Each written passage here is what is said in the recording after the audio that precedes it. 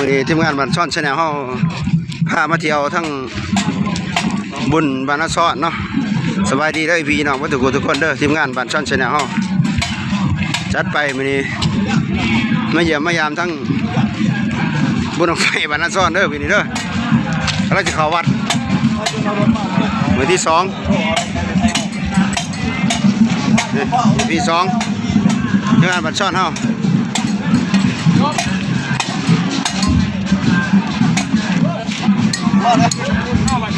พอแล้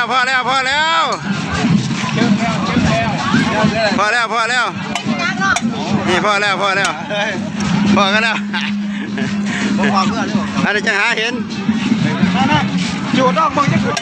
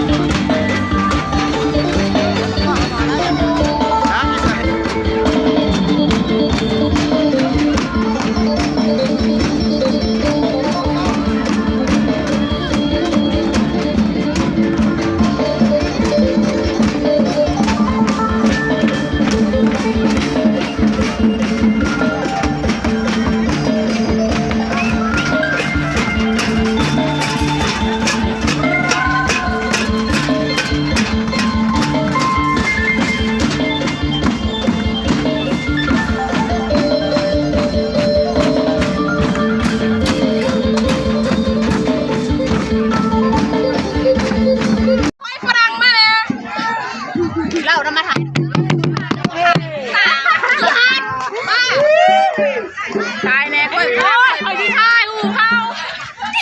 ตอนนั้นเห็นสาวตอนนั้นโอ้ย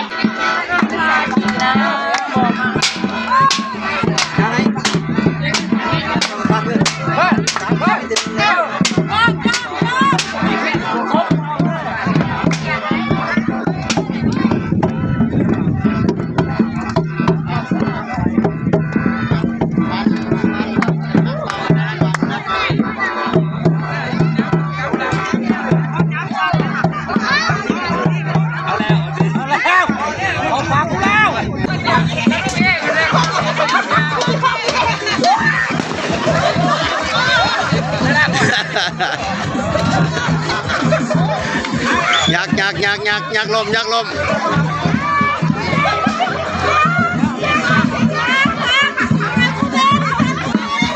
ยักลมยักลมยักลม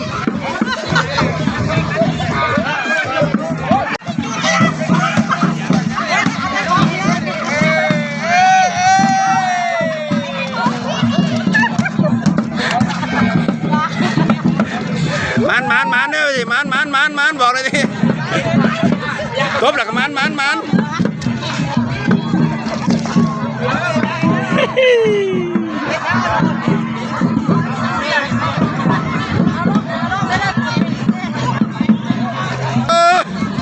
เอาไป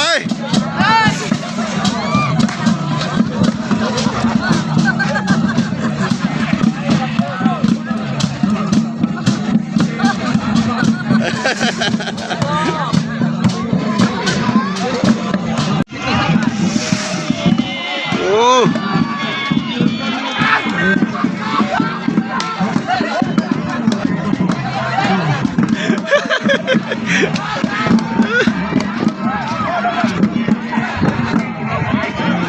เก็บผักเลย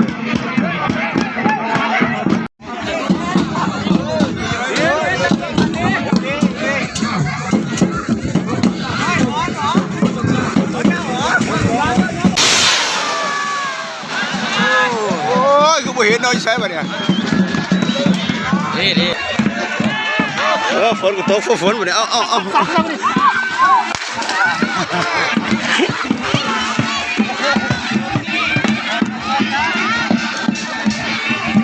ฝนตกละ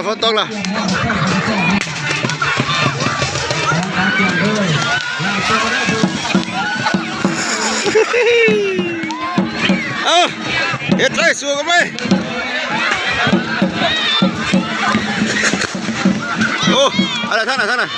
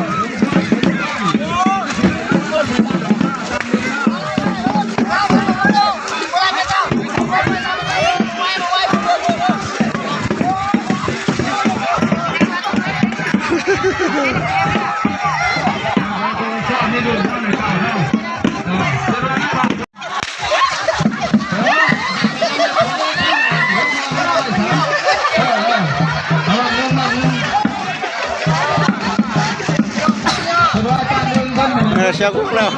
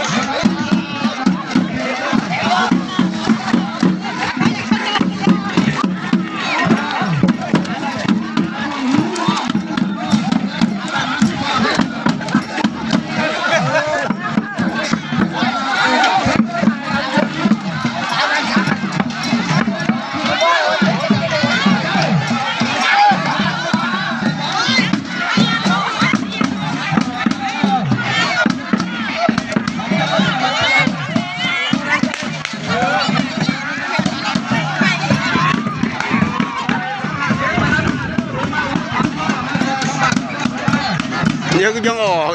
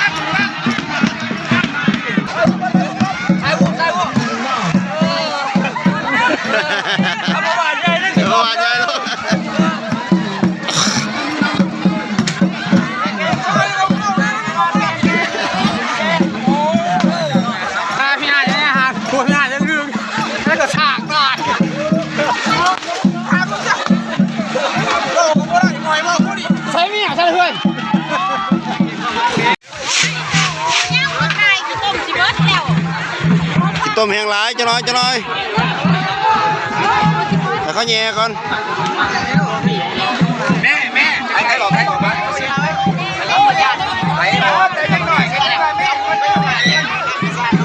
นี่ว่าจับโจรแล้วตัวเดียวจับโจรแล้วเราจะไปเอาคลิปเลยจับโจรเนี่ยมีครั้งแย่หูอยู่เนี่ย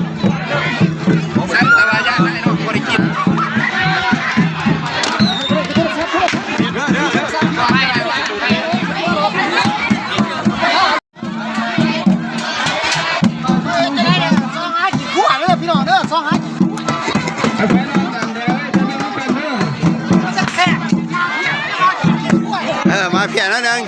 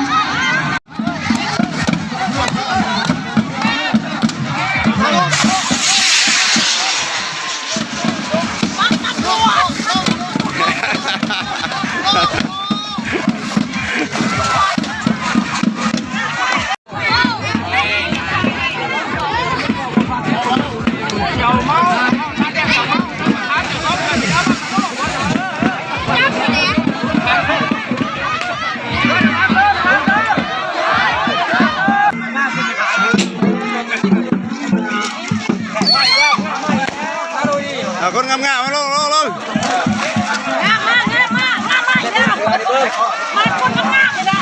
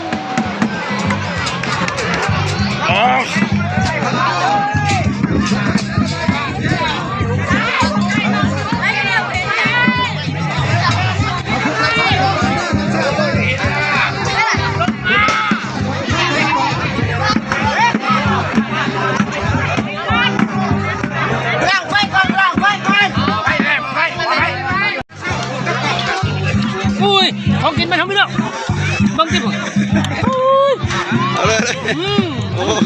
ไม่จะไข่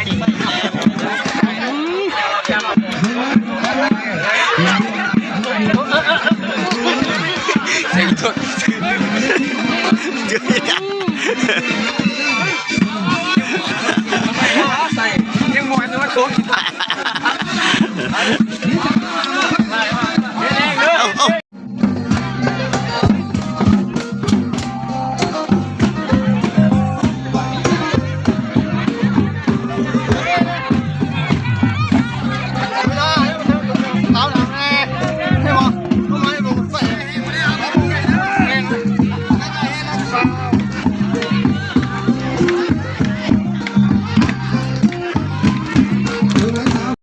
ออกที่พกไก่ออกแล้วใครได้หุ่นไม่ติดที่โอ้ยยิ่งใหญ่ กูเร็วลงมาเลยเนี่ย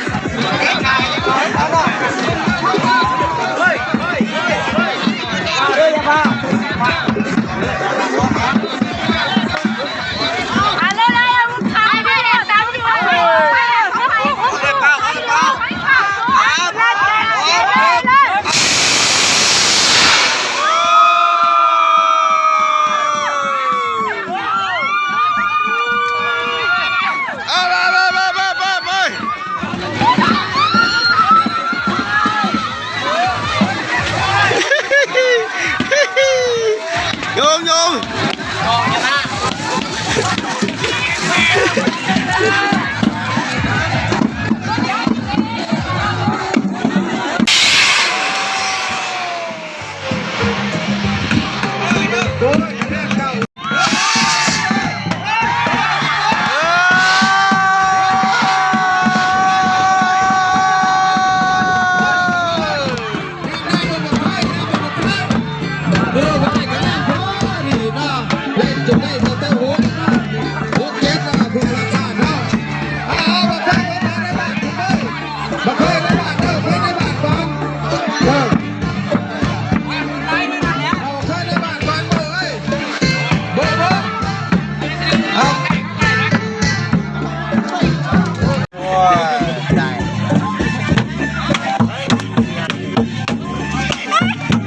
สินะครับเพราะว่าได้มาเนี่ย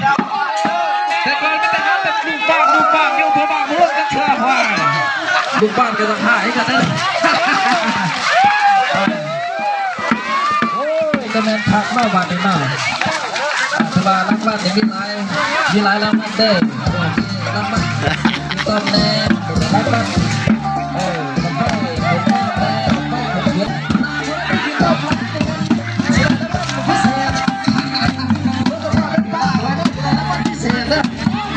กินแต่ละวันเนี่ย